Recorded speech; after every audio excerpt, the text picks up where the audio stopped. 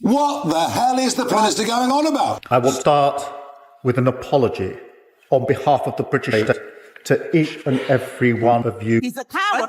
He's a coward. Get out of my pub! Go on! Get out of my pub! In London?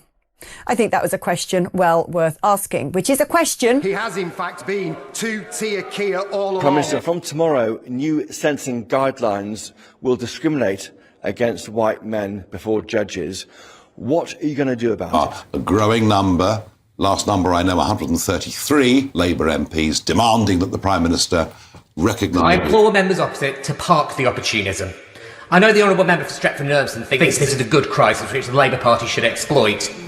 And I know she speaks for a lot of her frontbench colleagues with that. You just need to see it in the support, U-turn, oppose approach that's characterised that high-heavy behaviour.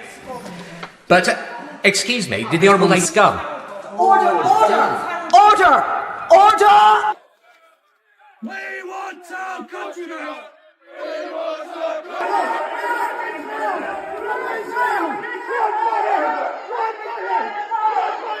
Speaker, earlier this week we learned that the Prime Minister's close friend, the Attorney General, has in the past advised Caribbean nations on seeking trillions of pounds in reparations. He's been a key player of the Chagos Islands and the related fiasco there, which will cost the taxpayers. Keir Starmer walked into the heart of power, thinking he was in control. But within seconds, the scene outside Downing Street turned into pure chaos. Angry voices pierced the air. Traitor, shame, resign, cutting through the usual political noise like a blade. This wasn't the distant rumble of a few protesters. It was a wall of sound, a boiling wave of fury aimed straight at Starmer. Starmer tried to keep walking, his jaw tight, his eyes fixed ahead. But the insults kept coming, each one louder, sharper, angrier, and then police moved in. Officers flanked him on both sides, shielding him from the surging crowd. Phones were raised, filming every second. The chants grew into a roar. The man who just weeks ago was smiling confidently in Parliament was now being rushed to safety under heavy guard. Starmer had been warned. Reports had filtered in for days. Growing unrest, rising anger, deep resentment brewing both in Parliament and on the streets. But he brushed it off. To him, it was just political background noise. After all, he was the Prime Minister. This was Downing Street, his territory. He believed that whatever criticism he faced could be drowned out with carefully chosen words, staged appearances, and friendly media headlines. What he didn't realize was that this wasn't the same Britain he'd been speaking to in the Commons. This was raw Britain, the Britain that had run out of patience. And now even King Charles is also furious. The protests started small, 24 voices shouting from across the street. But within minutes it swelled. Flags were waved, placards slammed against metal barriers, and the air filled with chants that cut through every police order. Starmer out! You sold us out! The insults weren't vague.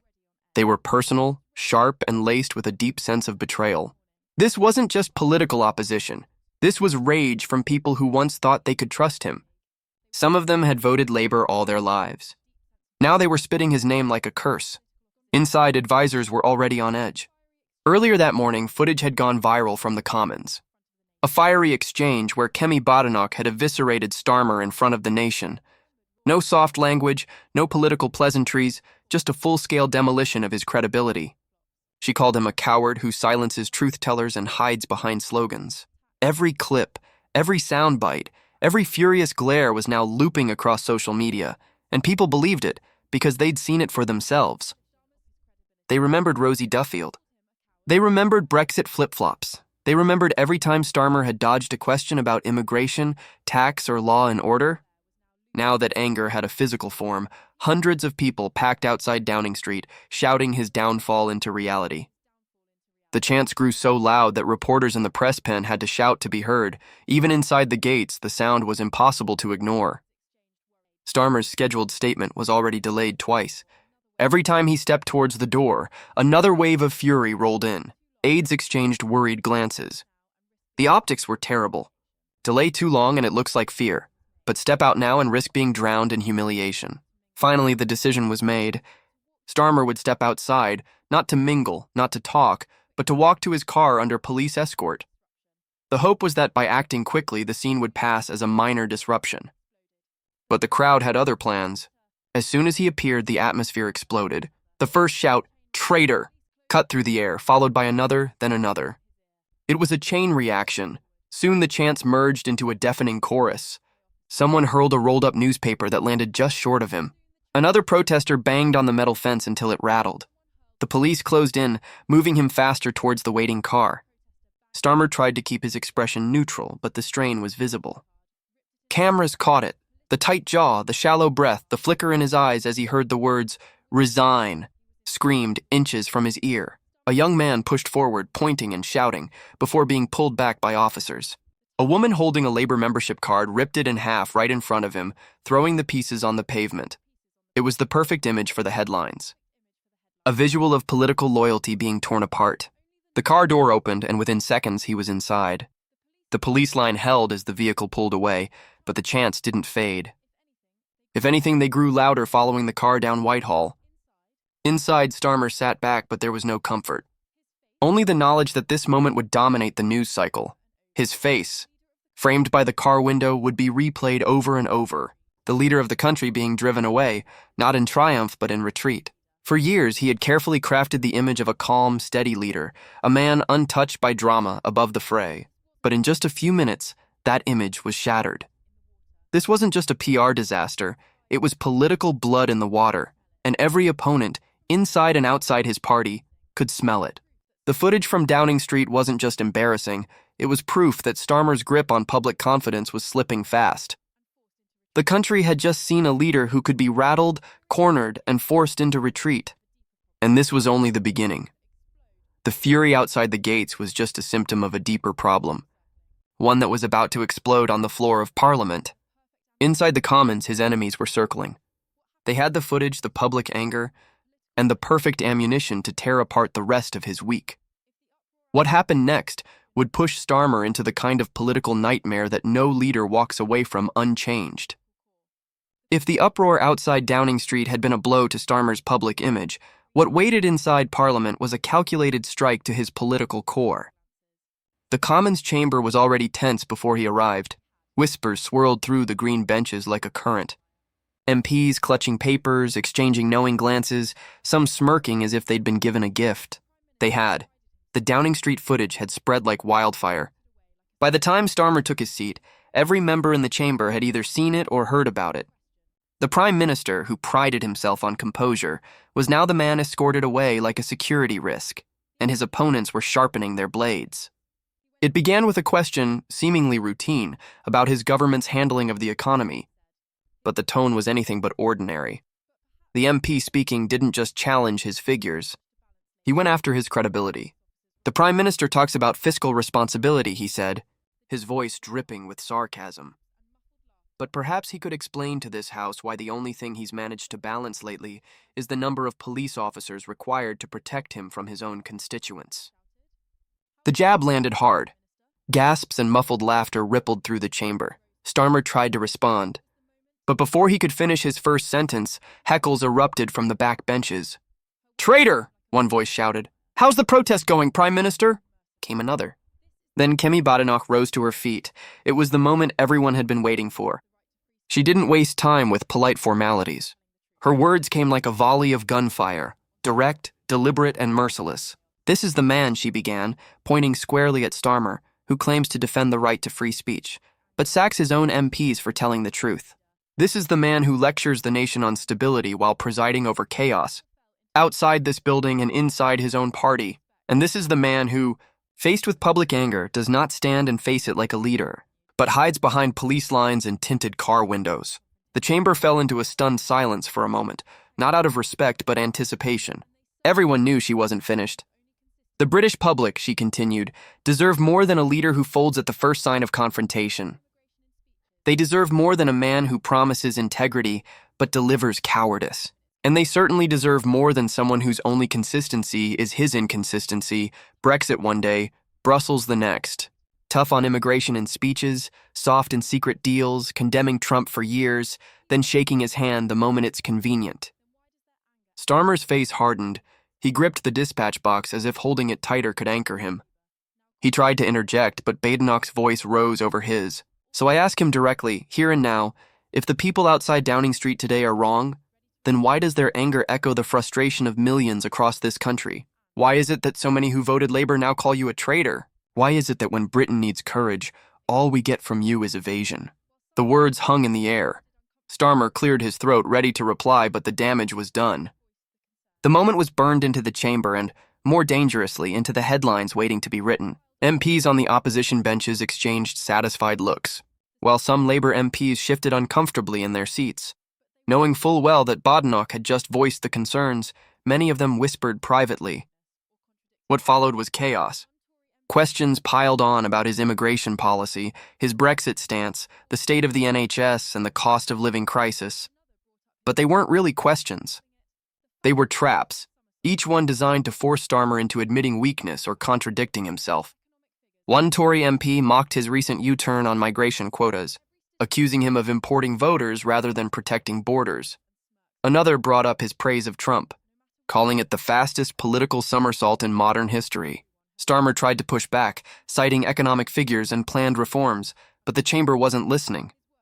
Every statistic he read sounded hollow against the backdrop of the jeers and smirks around him. The truth was, no matter what he said, the only image that mattered was the one everyone had already seen. Him being booed, heckled, and escorted out under police guard. His words could not erase that. The Prime Minister looked smaller, not in stature but in presence. The chamber had sensed vulnerability, and once they didn't let go. The roar from outside Downing Street had followed him inside, and now it was amplified by political rivals who smelled blood in the water. This wasn't just a bad day. It was a sign that Starmer's authority was beginning to fracture. And in politics, once cracks appear, they rarely stay small. By the time Starmer left Parliament, the political storm had already broken loose across the country. The images from Downing Street and the Commons weren't just circulating, they were everywhere. News bulletins replayed them on a loop. Social media timelines were saturated with clips of protesters shouting and Badenoch's devastating Commons takedown. Memes, hashtags, and furious commentary spread faster than any official statement his team could put out. The damage wasn't just to his reputation, it was to the very idea that he was untouchable. For the first time in his premiership, people were speaking about him not as a leader weathering criticism, but as one fighting for political survival. In key Labour heartlands, the reaction was immediate and brutal. Local party members who had campaigned tirelessly for him during the general election were now questioning if they could stand on a doorstep and defend him. In pubs and workplaces, people spoke of betrayal, not in abstract policy terms, but in a way that was raw and personal. "He's not the man we voted for," one lifelong Labour voter told a reporter. "He says one thing, does another, and when the heat's on, he runs." Those words, echoing in working-class communities, cut far deeper than any speech in Westminster. They spoke to something that political opponents had been warning about for months, Starmer's growing disconnect from the people who put him in power. Conservative MPs pounced on the moment, framing it as proof that Labour was fractured beyond repair. Nigel Farage seized the opportunity to pour petrol on the flames. In an evening broadcast, he didn't hold back. What we saw today was the mask slipping. Keir Starmer is a politician who stands for nothing except his own career. He's a master of evasion, but you can't evade the public forever. Eventually they catch up, and today they did old. His words struck a chord, racking up millions of views within hours. The backlash was not limited to the right. Prominent voices on the left accused Starmer of selling out Labour's core principles. Former allies who had stayed silent through his policy shifts now began to speak out.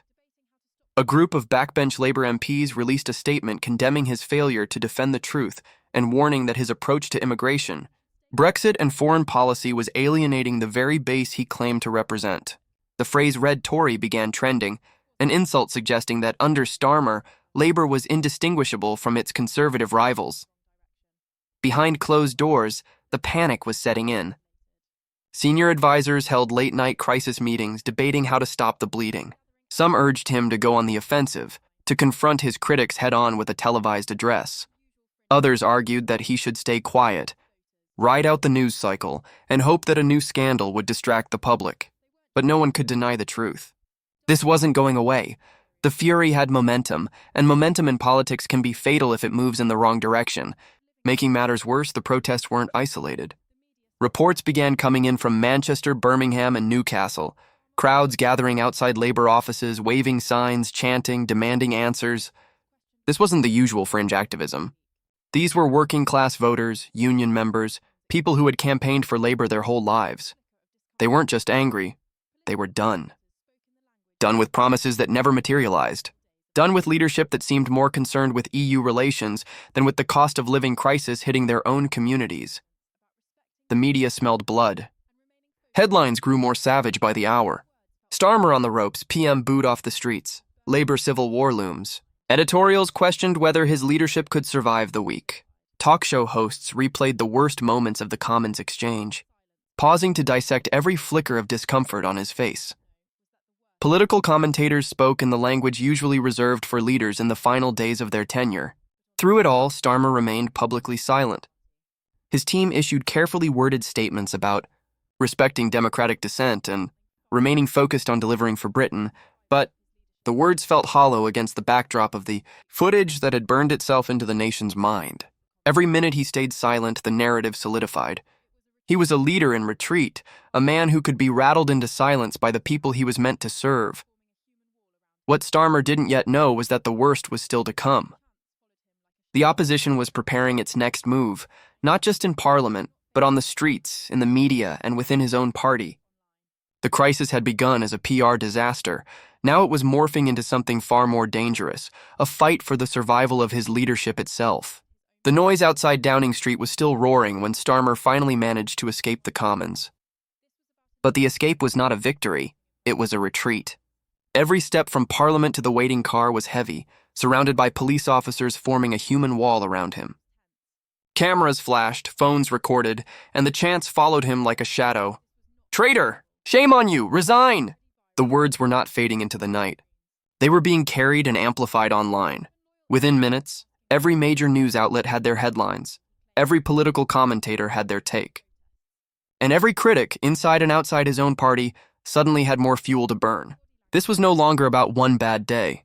This was about a leader whose authority was melting in front of the nation's eyes. And the more he tried to brush it off, the more people noticed the cracks. Inside Labour HQ, the mood was tense. Advisors whispered about damage control. But the truth was sinking in. This was not controllable. The footage was already viral, shared across millions of screens. Supporters looked uneasy. Even loyal MPs were asking if Starmer had lost the connection with the people he claimed to represent. It wasn't just the protests.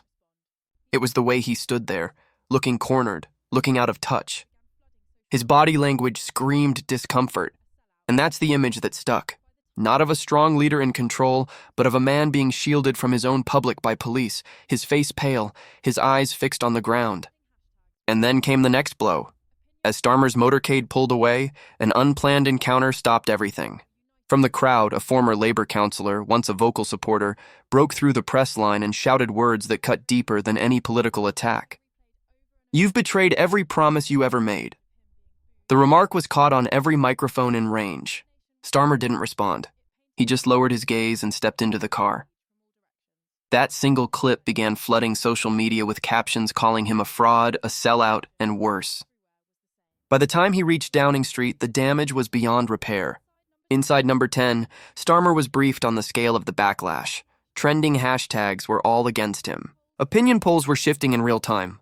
Commentators from both left and right were united in one rare opinion, that this was the worst day of his political career. Kemi Badenoch's earlier attack in the Commons was being replayed over and over, each time alongside footage of him being booed, heckled, and escorted away. The combination was devastating. It painted the picture of a prime minister under siege from all directions, opposition benches, his own MPs, and the streets outside. And the one question echoing everywhere was the same: how much longer can Keir Starmer survive?